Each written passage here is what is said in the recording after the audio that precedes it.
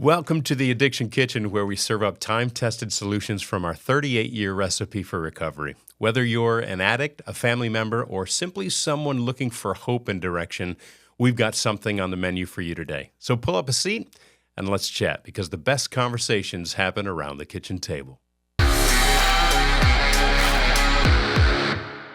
Hey, thanks for tuning in. Our featured dish for this episode is titled From Bare Bryant to Bare Naked. Robin Parkhouse was a local Orlando superstar football player, played football in college at University of Alabama, and then drafted by the Baltimore Colts. He had it all going on, man, and was stripped from glory by drugs and alcohol, but became victorious in the end. This is a great story of redemption you don't want to miss. So here we go. I have a first few childhood memories of Nashville. Lived there till I was about 4, I think, and then we moved to Atlanta for about 4 more years. And that would have made it about 1958, and we moved to Orlando.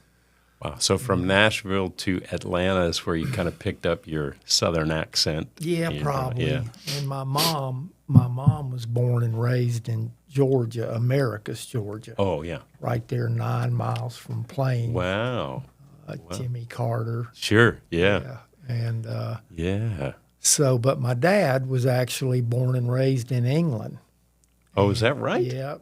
Yep. And then he went to New York, Wall Street, and met my mom. She'd gone to New York to find her, go to the big city, and my dad was, he was quite the English gentleman, you know. Yeah. Stepped off the elevator in his Burberry coat, I imagine. pipe, and my mom was sitting at a table, and they met eyes and got together, and, you know, been together ever since. That's when they met and then married not too long after that. And then World War II really got heated up. Right. And my dad, ROTC training was all in England, and Canada was militarily affiliated with England in terms of military. Right. So instead of him trying to get back to England, he just went across the border to Canada and joined the Canadian Armed Forces. No kidding. Yeah. Wow. That was back in... This was about 1941, or the war was starting to really kind of get going, 40, 41. No kidding. And so then he became a captain and they sent him over to England in the Canadian Armed Forces, and he was part of a liaison for the Canadian Forces to Eisenhower's general staff over there. No kidding. He was actually in a bunker in London during the 78 nights of blackouts in a row, and it took a direct hit, and he was in there with about 23 or 4 other men, and only 3 or 4 of them survived. Yeah. He was one of them. Wow. He had bladder problems for the rest of his life, kind of because of that concussion, you know, but I mean, he was able to go ahead, and of course, I'm very, very thankful the Lord spared his life, because I certainly wouldn't have never been born, you know, if he hadn't come home. No kidding. Man, what a life. Yeah. What a life. Boy, I tell you what, he must have been a tough dude. He was a sweet, you know, loving, best father. My sister, I have one older sister. Yeah. And that either one of us could ever. And I say this really because it's true, but we got to really experience the Heavenly Father's unconditional love on the human level. Wow. About as close as I think anyone could ever experience it through our dad and our mom, but particularly our dad. And especially, you know, could be a hard case at times and hard-headed. And but he was always there for us, loved us through every bit of it, and every day. And the whatever little bit of athletic ability that I did get, I got from him. He was actually a heavyweight boxing champion on the collegiate level in England. No kidding. Before he ever came over here. We still have some of his old trophies that he won, so. That is awesome. Pretty great. So you were around sports your entire life growing up? Yeah, sure. It was in your house, and you were always keeping up with the latest and greatest of sports activities? Yeah, pretty much. I was always, I kept up with it and loved it and all the different sports, played them all when I was younger. But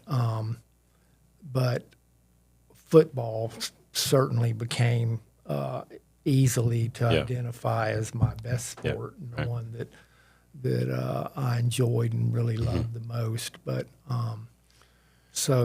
always involved with it in that capacity. Yeah. Well, you say whatever talent I received. I will tell you this, Mr. Robin Parkhouse, you were a stud. Well, I really, just because you are a humble guy, what I've been around you is I just so appreciate your heart and passion for just taking a humble position, but you have a lot to brag about if you wanted to. You've played football at an elite level, one of the best college teams, one of the greatest coaches of all time, earning All-American status. Making it to the NFL. This takes an immense amount of dedication, commitment, and discipline. When you were at the top of your game, and we'll get into this a little bit, your journey from where you are now and where you were before, and kind of what's some of those highlights in between. But what did it feel like being at the peak? When you really felt like you were in your own zone. Well, I relate to it, Scott, as just being very fortunate, and I mean that just in terms of the timing of it and the teammates that I was able to play with. Coach Bryant, we had a great coaching staff, the assistant coaches, several went on to become head coaches. And a coach, of course, we're talking about Coach Bear Bryant, the Bear Bryant. Yes, sir. Yeah. That's right. Yeah. So most all of us that played for him always called him Coach Bryant, never, anything but. Sure. But he, he was exceptional. I always feel a little inadequate trying to describe, how great of a coach he was and what he meant to us. But he just had he had a real toughness about him. And my first couple of years, sophomore and junior year, were the two worst years he'd had at Alabama. We had a 6-5 in 1969. In 1970, we were 6-5-1. Two totally different 6-5s. We were battling my junior year in 70, right, and had a much tougher and better team, but still we lost 5 games. Yeah. And then so my senior year, 71, we our group we take a lot of pride in the fact that we were able to turn it around that year and go 11-0 in the regular season, and it was really kind of a precursor, if you will, for maybe the playoffs, early playoffs, because just the way it played out that year was that we played Auburn in the Iron Bowl, which is always the last game of the year. Right. And as it turned out that year, 71. Pat Sullivan, their quarterback, great quarterback, had just won the Heisman Trophy, and Auburn was 10-0, and we were 10-0. Yeah. And out west, Nebraska was 10-0, and Oklahoma, and they play in their final game of the season, and they were both 10-0.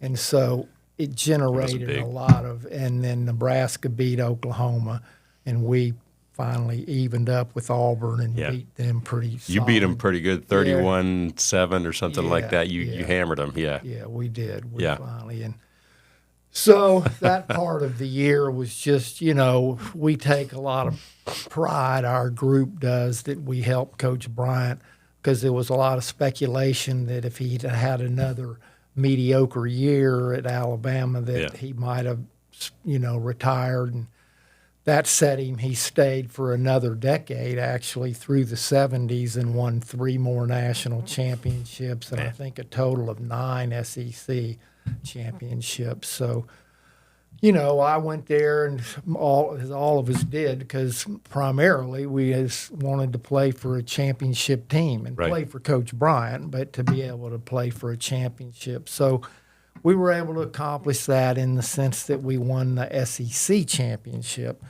beating Auburn. But then we played Nebraska, and that game didn't go well for us at all. Yeah. So that was a tough loss, and they had a really good football team. But it was that was the first year Coach Bryant put in the wishbone. Right. And we started running the wishbone that year. That was the first year you ran it? It was the first year. Had a great quarterback, a kid named Terry Davis from Louisiana, Bogalusa, Louisiana, if I can say it. And he did a great job of running that wishbone. And I always say on that team, because it's really true, but we had 2 great players. We had Johnny Musso at running back and an offensive lineman named John Hanna, who's in the NFL Hall of Fame.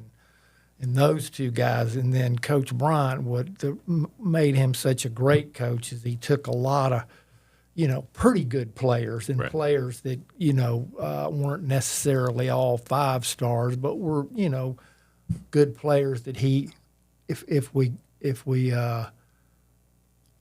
did the way he coached us and put that into practice on the field, and we managed to go through it all and apply it, then our senior year it all paid off, and it worked, and we won. And because he was able to take, a bunch of guys and build them into a good team. Sure. And by buying into his way of doing things, and he used to say, I know you guys are probably cussing me on some of this stuff because it got pretty tough, in terms of, I think we signed 40 freshmen in 1968, and 13 of us got our senior rings. Oh my goodness! And so it was he got real tough on us. I'm sure. But it was something that you just do, and you go through, and you want to win, and it's something you don't take necessarily for granted, but it's also something that while you're part of it and going through it, it's just what you do. Yeah. Well, you had to be committed at a very early age. I was reading an article about you. There's some good ones out there. But it said, many will remember Robin Parkhouse, the quick, instinctive, hard-hitting, all-American defensive end. At the end of the late 60s and early 70s, Robin was a one-man wrecking crew on the field at Boone and later at Bama. Strong, fast, with toughness that most players today wouldn't even understand. No. Robin had a motor that wouldn't quit. He made tackles all over the field. Robin has become a fine, inspirational man, and that's one of the things definitely we'll end up with. But I think there's just so much commitment there, from even starting early on into high school, into college, into pro. There's the demands of just a relentless commitment. Early mornings, your late nights, tough workouts, then schoolwork that you got to handle. You're going into 2-a-days. What drove you to just show up day after day? Well, it's Scott, it's something that you don't, like I said, I'm not trying to oversimplify it, but in your question, I think if you can say blessed with enough athletic ability to get to each level going up, each level, you go from junior high and then you get into high school and the players are better, a little bigger, stronger, faster. Then you go to college and there's another dramatic reduction in the number there, and everybody there at that level can play and has ability, and when it's something that you just do. You put your time in and you're just you give it your best, or that's always the goal. Yeah. But it's something that you're just doing. It just happens, and if you're fortunate in that sense that it unfolds for you that way, and you do have the opportunity to play on the college level like I did, and briefly in the pros, it's not something that you kind of think about or dwell on much at the time because you're just doing it. It's just part. It kind of becomes, I guess I could put it this way, it kind of just becomes part of who you are. Yeah. And then looking back, it is what it becomes part of the man that you become. Right. That you were fortunate enough to be part of it at the time that we were. Right. And, and the honor and good fortune that we got to play for Coach Bryant.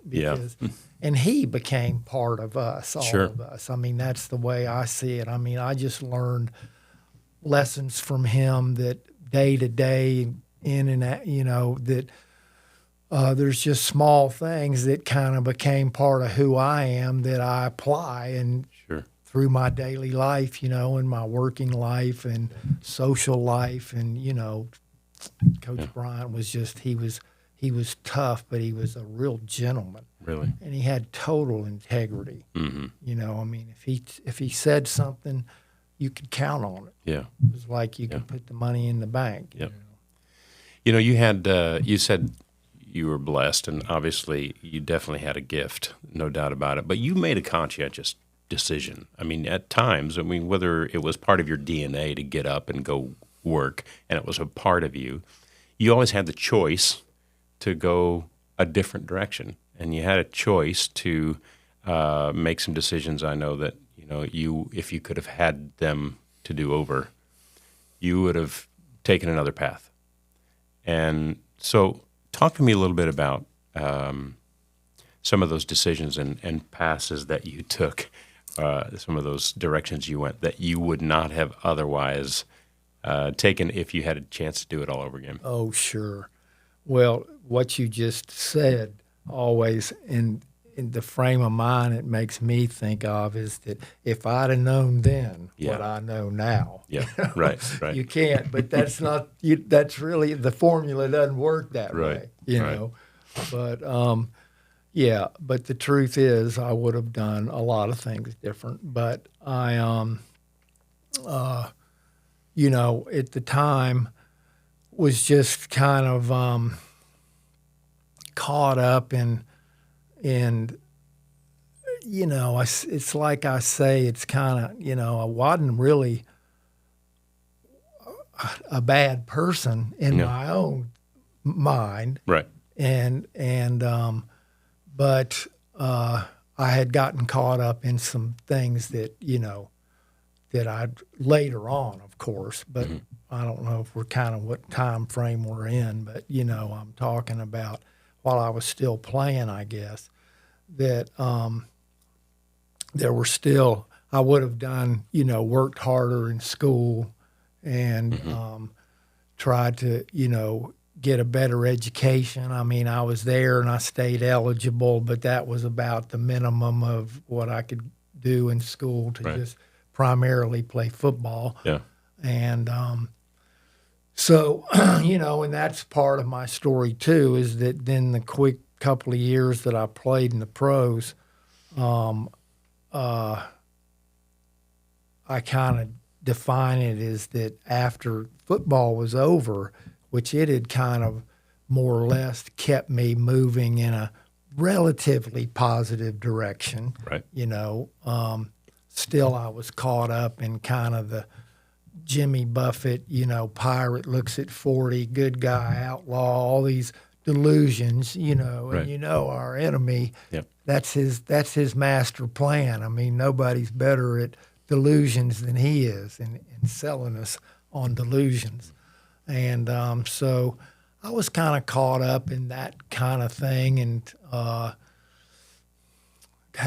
also had this other major delusion that if, I'll make a lot of money, and if I make a lot of money, everything will be set. And that's, that is such a deception that, there's nothing inherently bad or evil about money at all. No. Money's a very good thing in terms of how it's applied and used. And but to think and put the importance and value on money that it can do for you, and things like set you free and give you the ability to do and go and whatever you want when you want, all of those things is a deception too, because really being set free only comes from within in your own heart, and only the good Lord can set you free.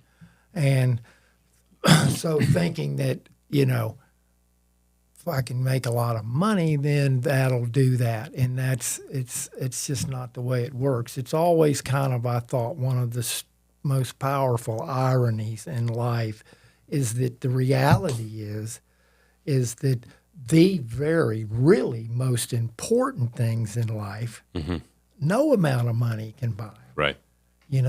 Right. So true. Man, that is so true. It's a free gift. Yeah. And it comes with accepting the love of the Lord in your heart, and that's what sets you free to be the best you can be. Yeah, which comes at a price that we didn't have to pay. Right. Absolutely. I mean, talk about a gift. Yeah. Yeah. Well, you had so many opportunities, obviously, and you did so well with that. It seemed like there were kind of two sides and two choices. We had Coach Bryant and his incredible coaching and mentorship that he provided for you. You had your dad that you just mentioned, really set that example of unconditional love and seemed very Christ-like with you and with that. And then, Satan comes in and starts to convince you that perhaps there's another way. Yeah.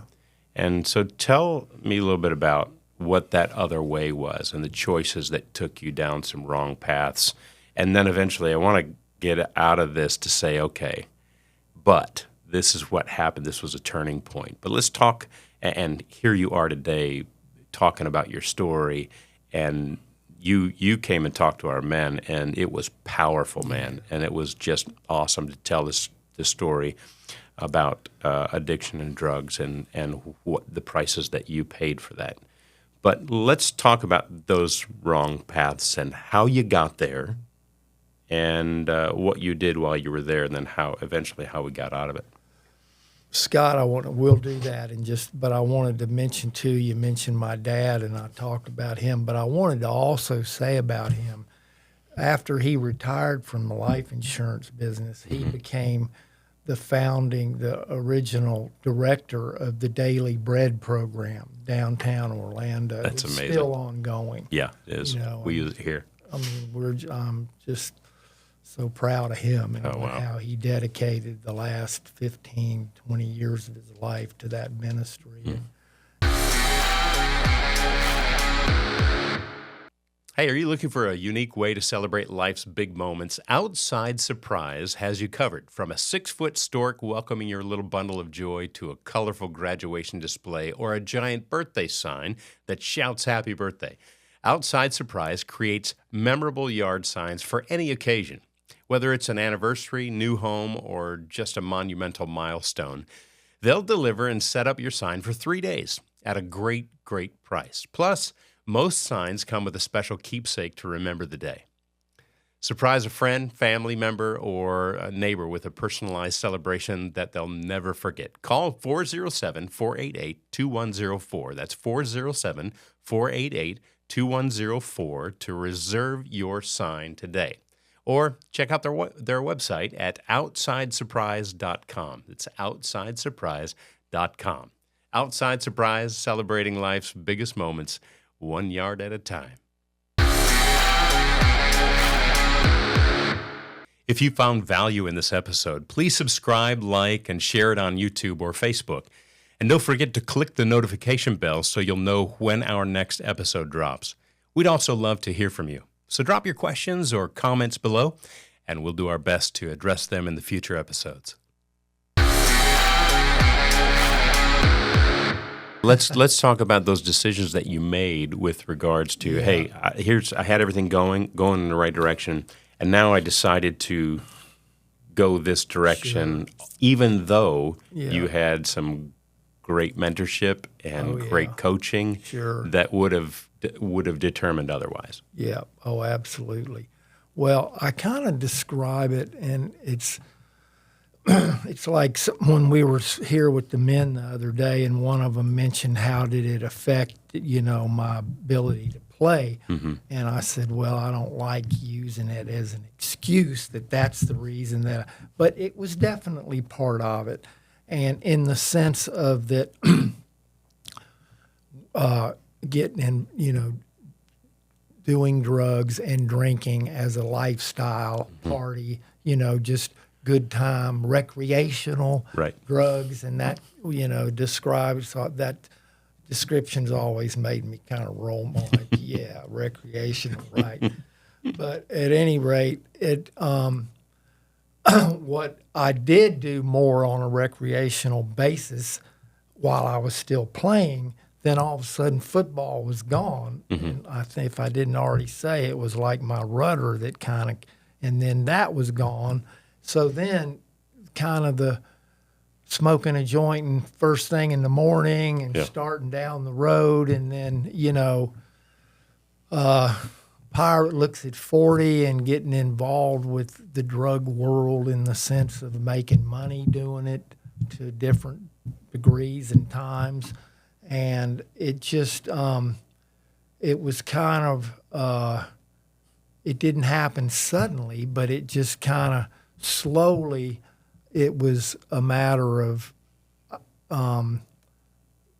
that lifestyle was, it had eroded a lot of what I knew better and knew the right and the wrong, and the path that I was on was not the right place for me to be. Right. And but I just kind of was on it and going with it, and and that's where it ended up, in the Baltimore City Jail cell with me when I got busted on that cocaine deal, and and it was but really, and I tell this because it's the truth, and I know you know this in the sense that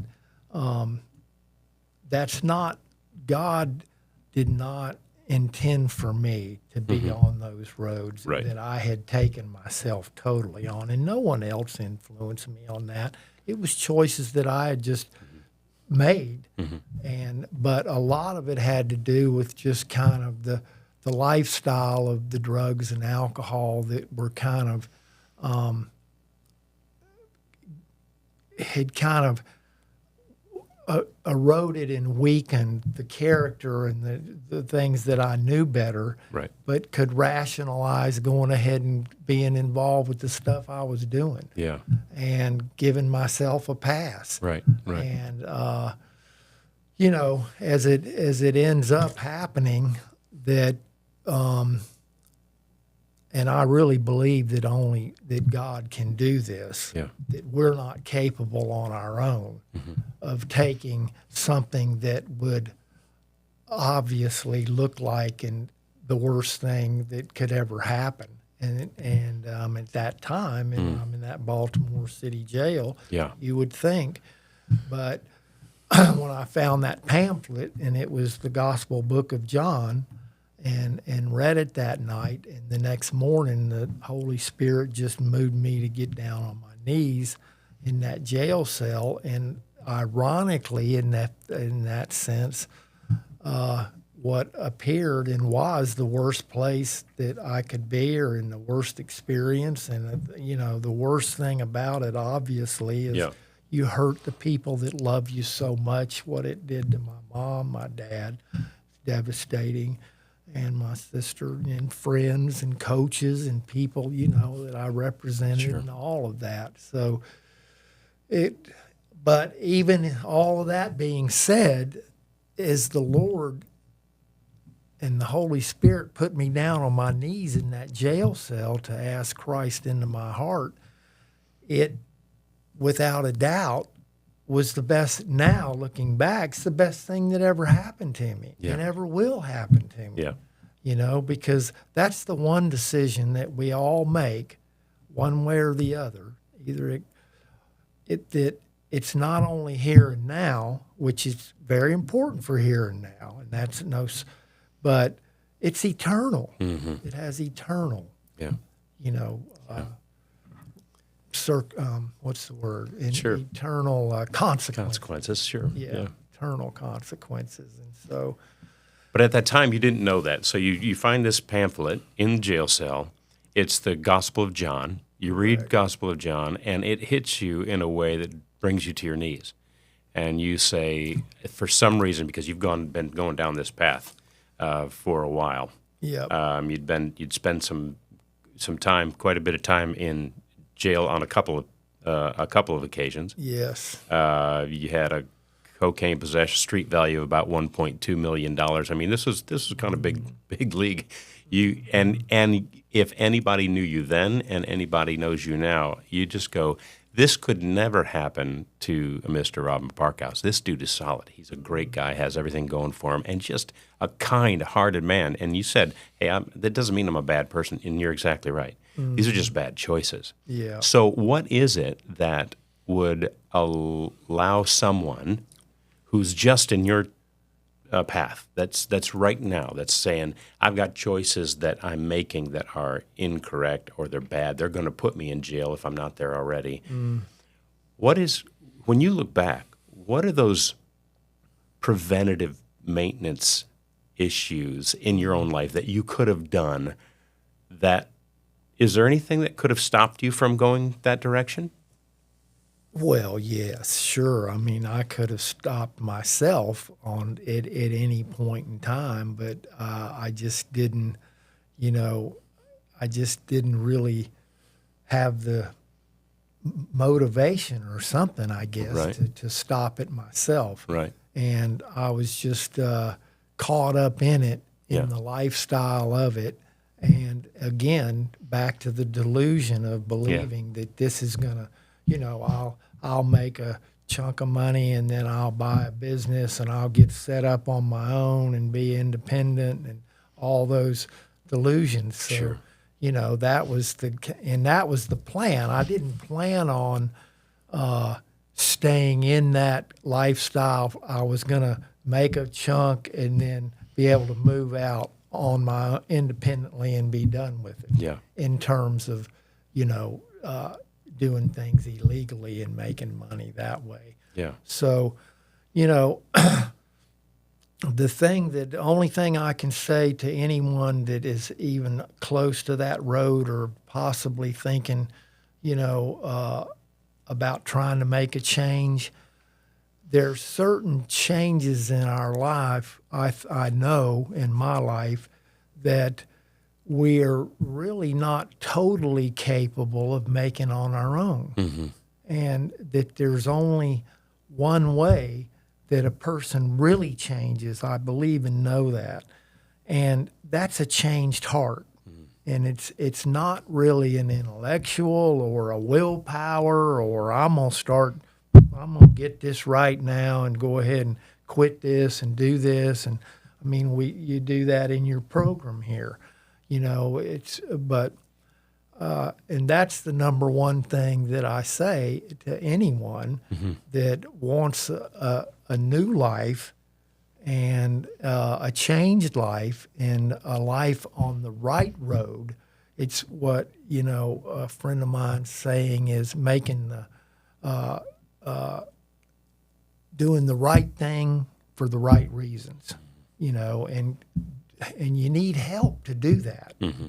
You not only with the people that you have around you and that you interact with and that are your friends, but also the fact that you've got the Holy Spirit and the Word of God, to show you how to walk on the right path and how to stay on the right path. And, that's the most important thing, is that you get to the point in your life to where you surrender your will and give it to the Lord and ask Him to help you. And like I did, help you and save you, and He will. That's His promise, and He will. And He did for me, and He'll do it for anybody. He wants not one to be lost. That's what He says. That's what the Word says. When you made that decision to make God your coach and no one else, not even yourselves, you talk about surrender. When you did that, what were the steps that you took to keep you accountable so that you didn't take those same paths again? I mean, because this was new to you. This was something that hit you through the heart, and it did change your heart. But again, Satan's going to be mad at you, and he's going to try to draw you back in. What did you do to keep you pointed in the right direction? Well, one thing that I will say, too, about my story that makes it that much more of a conundrum in a way was that, I grew up in a Christian home. Mom and Dad, and we went to church, same church where I still go, First Presbyterian, downtown Orlando. Wow. And so I grew up knowing the Bible a little bit. I Sure. never really read it myself, but I was always kind of looking around for, what's happening next, away from the church. But I grew up in a Christian home. And so I did know the story and, of Christ in the Bible, but I never had really incorporated it or made it part of my life. And so when I got off my knees in that Baltimore City jail cell, and I say this because it's just the truth, that here I am in this nasty little 5x9 jail cell, and I had, for the first time in years, really, probably since football was over, 8 or 10 years, however much time, a lot of time, too much time had gone by. I was 35 years old. But when I stood up off my knees, the confirmation that I got from the Lord at that moment was just that you're free. Wow. Finally.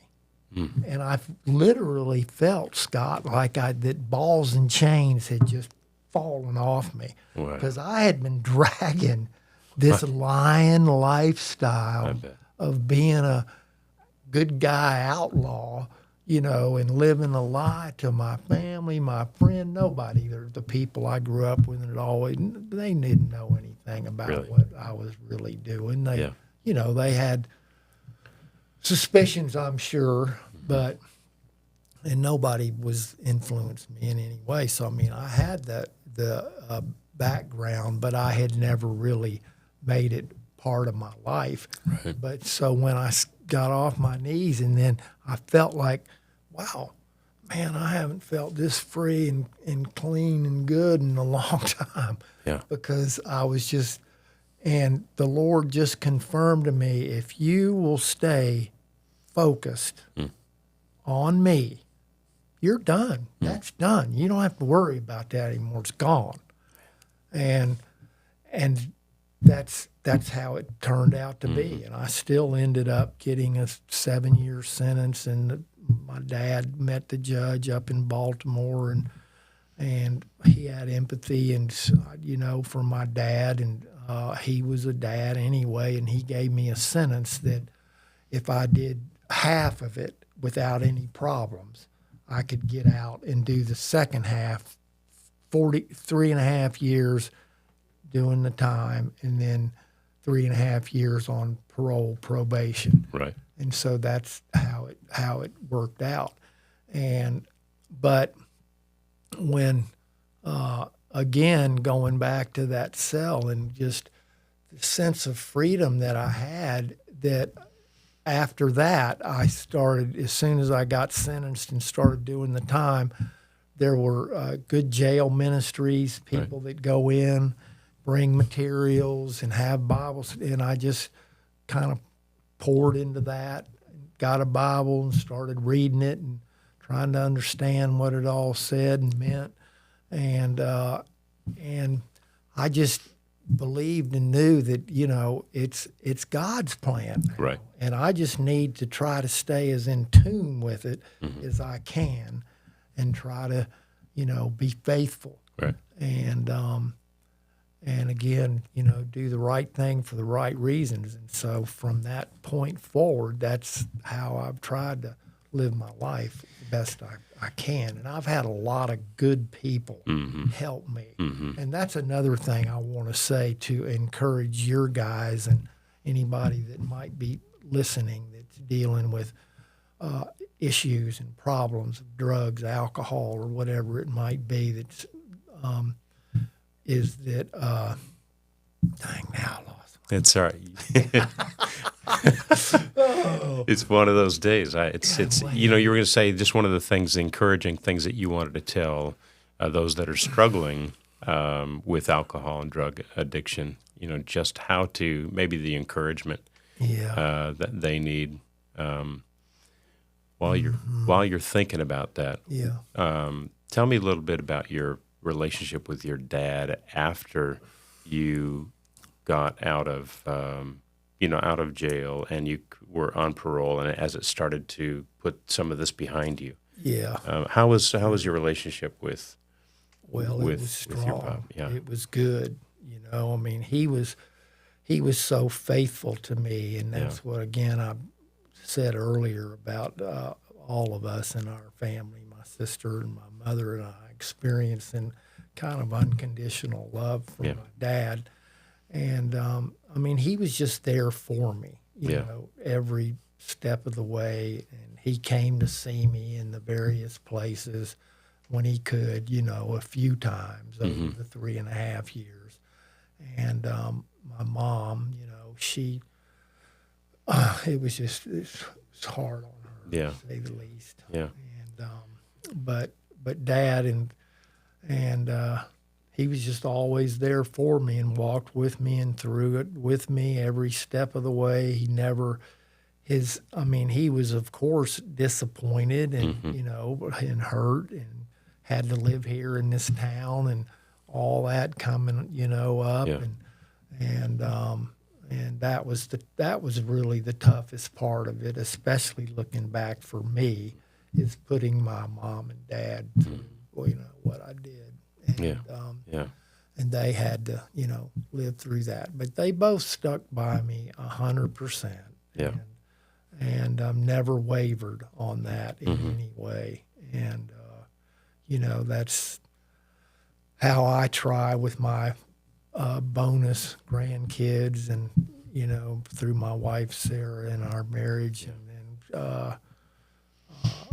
our daughter-in-law, Leslie, and, our son, my stepson, he passed away suddenly 4 years ago. Yeah. So sorry about that. Yeah, it was very sudden, very tough on all of us. Right. Especially my wife, Sarah. Yeah. And he was the father of the 3 kids, my bonus grandkids, Hamilton, Harrison, and Helen Grace. They're all 3 in college now. Wow. And doing very, very well. And so we're very grateful and thankful for that. Yeah. Especially, I bet. And that they, are going on with their lives. How long have you been with Sarah now? We've coming up on 20 years. 20 years, yeah. Wow. 19 years now. And what role did she play in, the story that you lived, before you met her? Well, she's such a huge and big part of my life now, and has been for the last 19 years, that it's hard for me to relate or think about life before her now, because it's she just is the love of my life, and she's beautiful in every way, inside and out, and we are both just so grateful, and we thank the Lord every day for what we call our present good health. Yeah. I just turned 75, That's awesome. So the years are, time rolls. And, she's great, wonderful, wonderful person. Yeah. And been such a great support for me, and brought so much love into my life through the grandkids, and I call them my bonus grandkids. It's awesome. And Trey and Leslie, of course, and then we have a daughter too. Wow. That's Allison, and she and her husband Bill, they live down in Jupiter. Oh, and we see them, 2 or 3 times a year. Nice. And nice. So when you got out of that lifestyle and felt like you're on a good path, you'd kind of given your life to Christ, and were there any temptations that came along that maybe in the back of your head went, well, maybe I can handle this a little bit, or maybe I can dabble into it a little bit and find that excitement once again? And if so, kind of how did that go? Yeah, well, it's interesting that you, excuse me, asked that question, because it did happen. Not often, and really only once, I never, when I got back out, I did, as I shared with your guys, the drugs were gone. All the illegal drugs and involvement with that was done. But I was very fortunate. A good friend had set it up for me. He had these big commercial newspaper routes, and he made it possible for me to be able to buy one from him. And so I was able, that was my job for the next 15 years, was delivering the Orlando Sentinel on a commercial route out in East Orange County. And so that was very, very fortunate in that sense. And so I don't miss the alarm going off at 1 o'clock in the morning. Right. I bet. But at any rate, that was very good for me at the time. And I was able to get ahead a little bit. You used to, of course, that's changed now because it's in everybody's hand in their phone. But newspapers, back when I first started it, were still a real viable, good business. And you could make, pretty good delivery money. And I was able to invest a little bit in real estate and kind of start forward from there. Yeah. And then I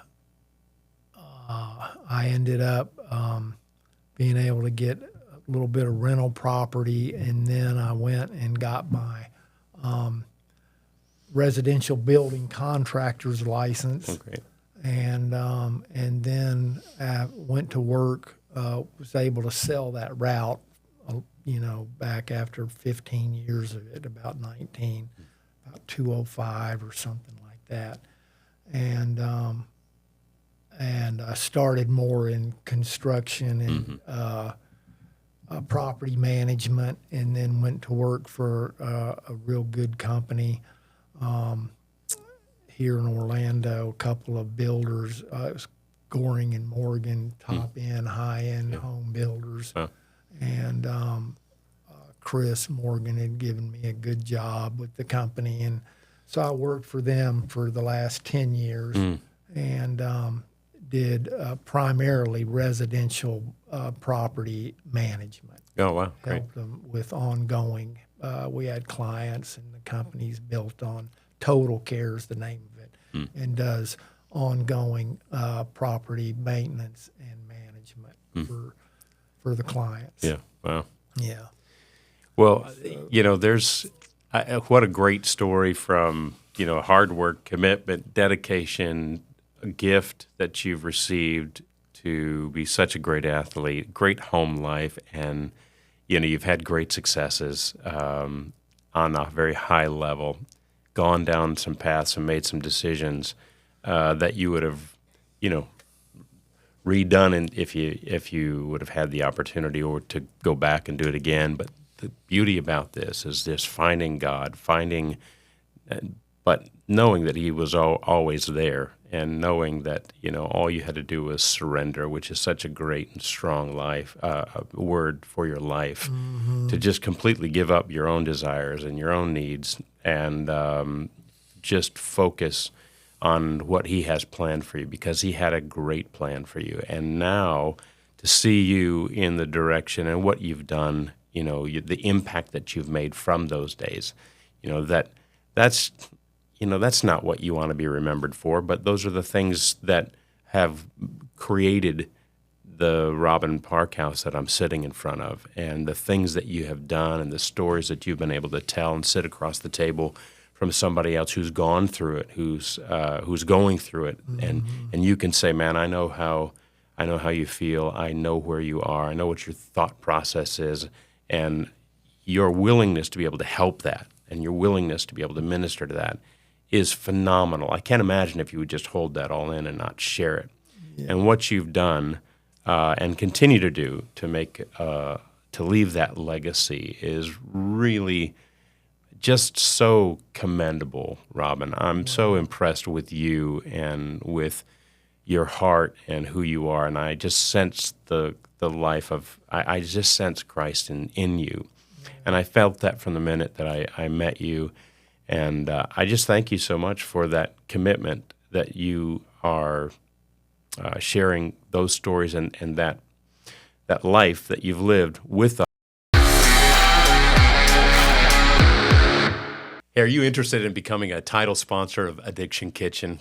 Reach out to us using the contact information below, and we'll be in touch. Plus, if you'd like to join us in helping others who struggle with addiction, please consider donating just $20 a month at freshstartministries.com/donate. Below that, you'll find a button where you can click that says "In support of a client," and then just type in that space, podcast, so we know where it's coming from. Thank you so much, because every bit makes a difference.